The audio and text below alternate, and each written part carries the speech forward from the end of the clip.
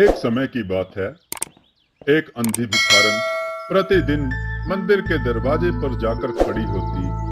दर्शन करने वाले बाहर निकलते तब वह अपना हाथ फैला देती।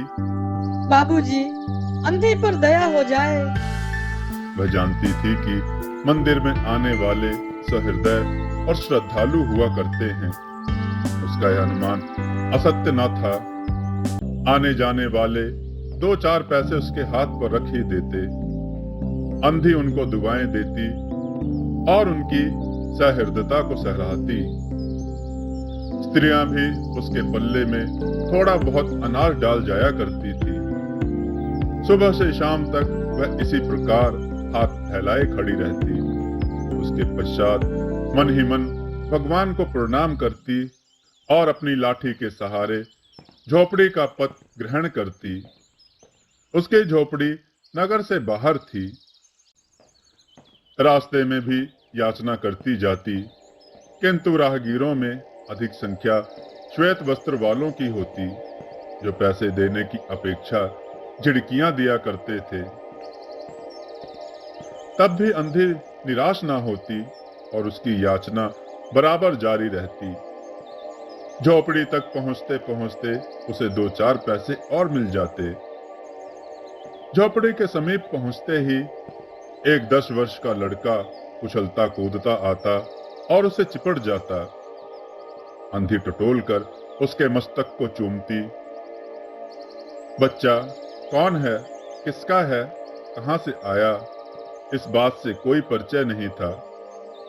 5 वर्ष हुए, पास पड़ोस वालों ने उसे अकेला देखा था। इन्हीं दिनों एक दिन संध्या समय लोगों ने उसकी गोद में एक बच्चा देखा। वह रो रहा था। अंधी उसका मुख चूम चूम कर उसे चुप कराने का प्रयत्न कर रही थी। वह कोई असाधारण घटना न थी, अतः किसी ने भी न पूछा कि बच्चा किसका है। उस दिन से यह बच्चा अंधी के पास था और प्रसन्न था। उसको वह अपने से अच्छा खिलाती और पहनाती। अंधी ने अपनी झोपड़ी में एक हांडी गाड़ रखी थी। संध्या समय जो कुछ मांगकर लाती उसमें डाल देती और उसे किसी वस्तु से ढांक देती, इसलिए कि किसी दूसरे व्यक्ति की दृष्टि उस पर ना पड़े। खाने के लिए अन्न काफी मिल जाता था। उससे काम चलाती। पहले बच्चे को भरपेट खिलाती, फिर स्वयं खाती। रात को बच्चे को अपने वक्ष से लगाकर वहीं पड़ जाती।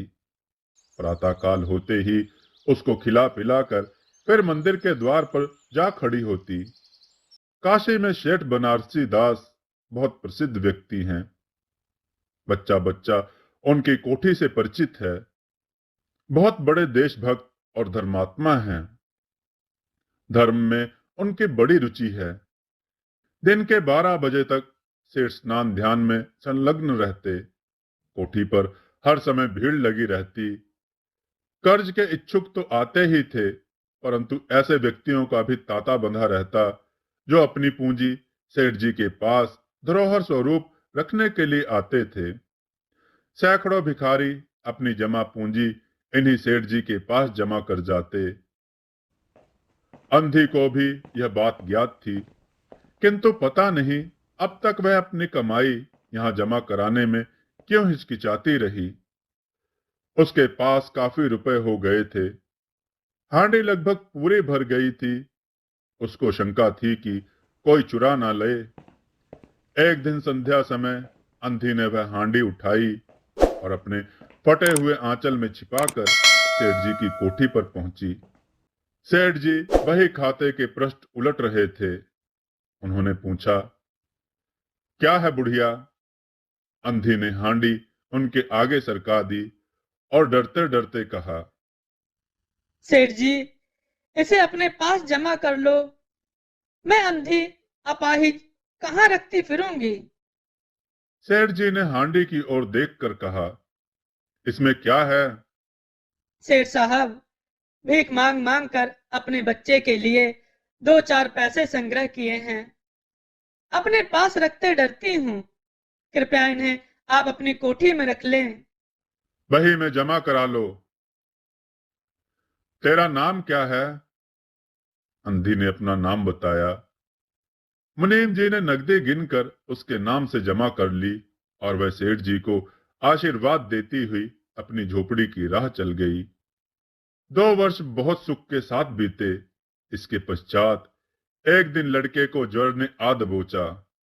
अंधी ने दवा दारू की, झाड़ फूक से भी काम लिया, टोने टोटके की परीक्षा भी की, परंतु संपूर्ण प्रयत्न व्यर्थ सिद्ध हुआ।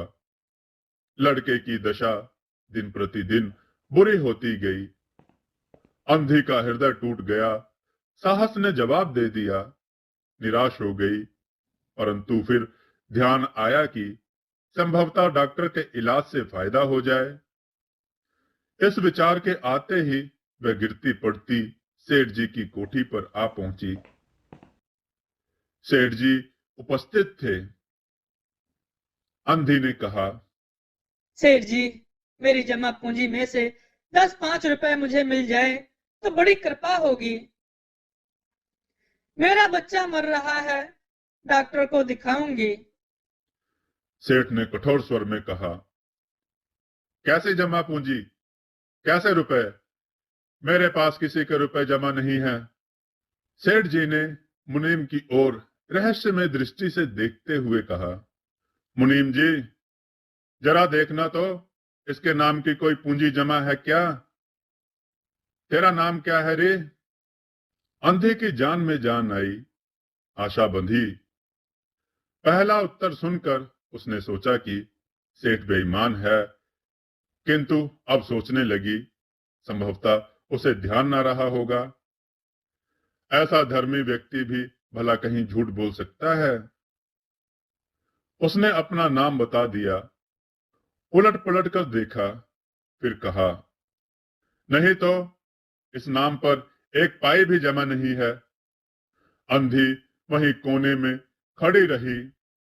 उसने रो रो कर कहा, सेठ जी, परमात्मा के नाम पर, धर्म के नाम पर मुझे कुछ दे दीजिए। मेरा बच्चा जी जाएगा। मैं जीवन भर आपके गुण गाऊंगी। परंतु पत्थर में जोंक न लगी। सेठ जी ने क्रुद्ध होकर उत्तर दिया, जाती है या नौकर को बुलाऊं? अच्छा, भगवान तुम्हें बहुत दे। और अपनी झोपड़ी की ओर चल दी।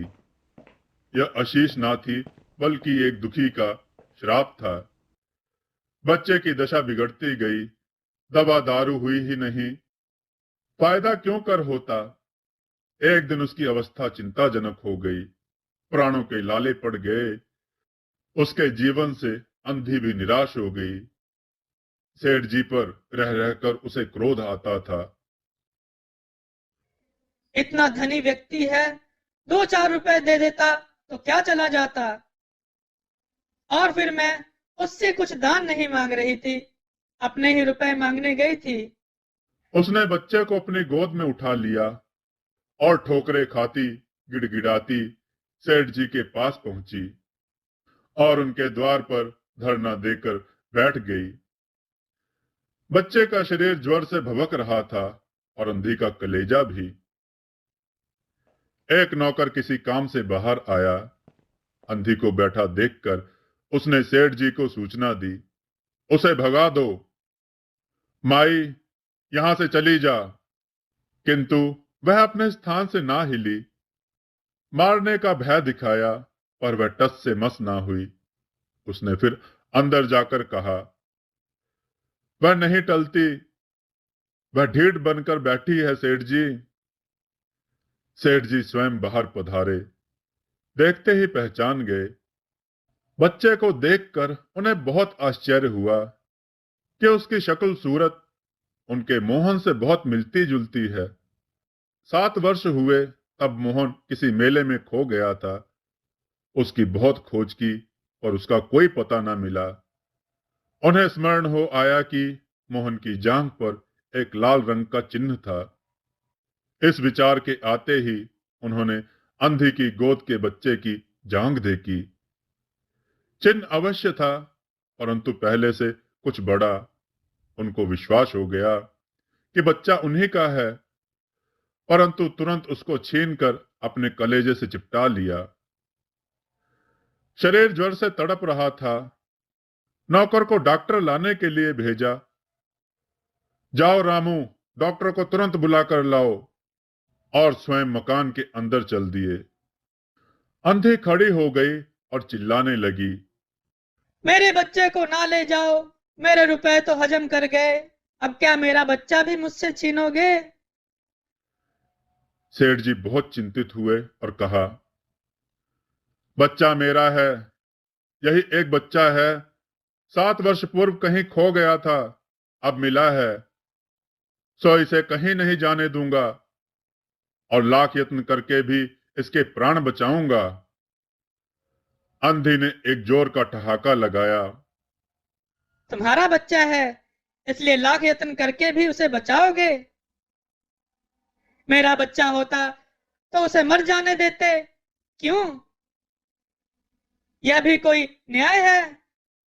इतने दिनों तक खून पसीना एक करके इसको पाला है, मैं उसको अपने हाथ से नहीं जाने दूंगी।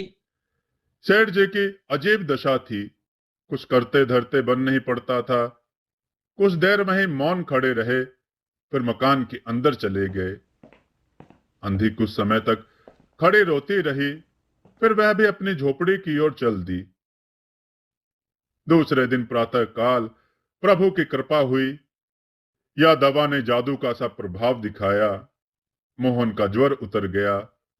होश आने पर उसने आंख खोली तो सर्वप्रथम शब्द उसकी जुबान से निकला, माँ। चहों और अपरिचित शक्लें देखकर उसने अपने नेत्र फिर से बंद कर लिए। उस समय से उसका ज्वर फिर अधिक होना आरंभ हो गया। माँ माँ की रट लगाई हुई थी।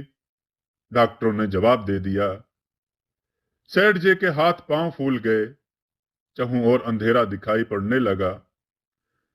क्या करूं, एक ही बच्चा है, इतने दिनों बाद मिला भी तो मृत्यु इसको अपने चुंगल में दबा रही है, इसे कैसे बचाऊं? सहसा उसको अंधी का ध्यान आया। पत्नी को बाहर भेजा, देखो कहीं वह अब तक द्वार पर ना बैठी हो। परंतु वह वहां कहां। सेठ जी ने फिटन तैयार करवाई और बस्ती से बाहर उसकी झोपड़ी पर पहुंचे। झोपड़ी बिना द्वार के थी। अंदर आ गए। देखा, अंधी एक फटे पुराने टाट पर पड़ी है और उसके नेत्रों से अश्रुधार बह रही है।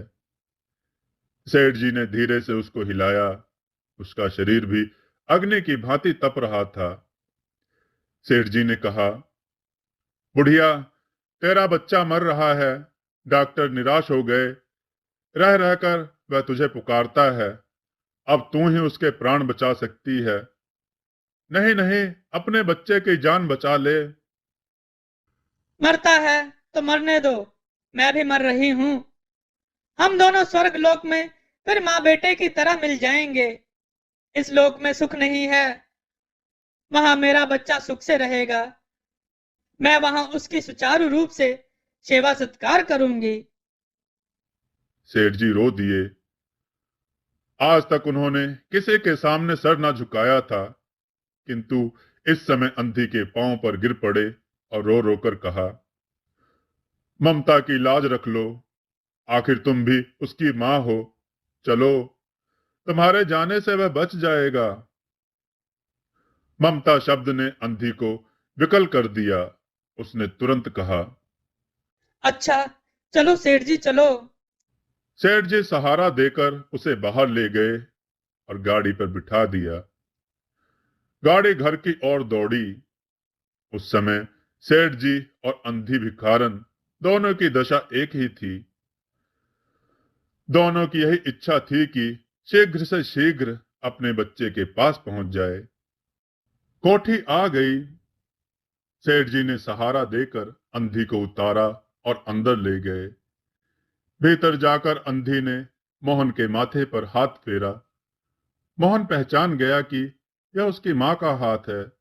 उसने तुरंत नेत्र खोल दिए और उसे अपने समीप खड़े हुए देखकर कहा, माँ, तुम आ गए। हाँ बेटा, तुम्हें छोड़कर कहाँ जा सकती हूँ।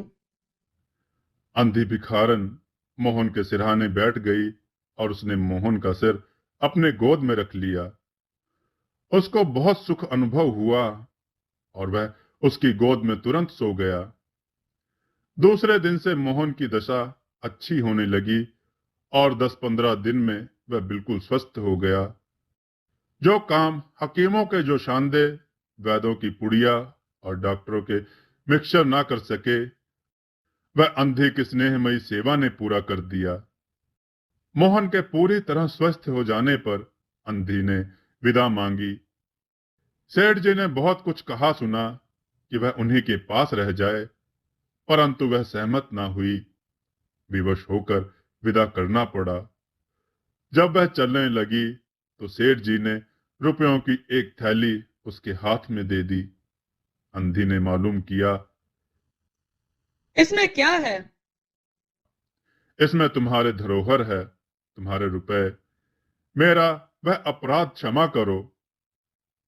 अंधी ने बात काट कर कहा, यह रुपए तो मैंने तुम्हारे मोहन के लिए संग्रह किए थे, उसी को दे देना। अंधी ने थैली वहीं छोड़ दी और लाठी टेकती हुई चल दी। बाहर निकलकर फिर उसने उस घर की ओर नेत्र उठाए। उसके नेत्रों से अश्रु बह रहे थे, किंतु वह एक भिखारन होते हुए भी सेठ से महान थी। इस समय सेठ याचक था और वह दाता थी।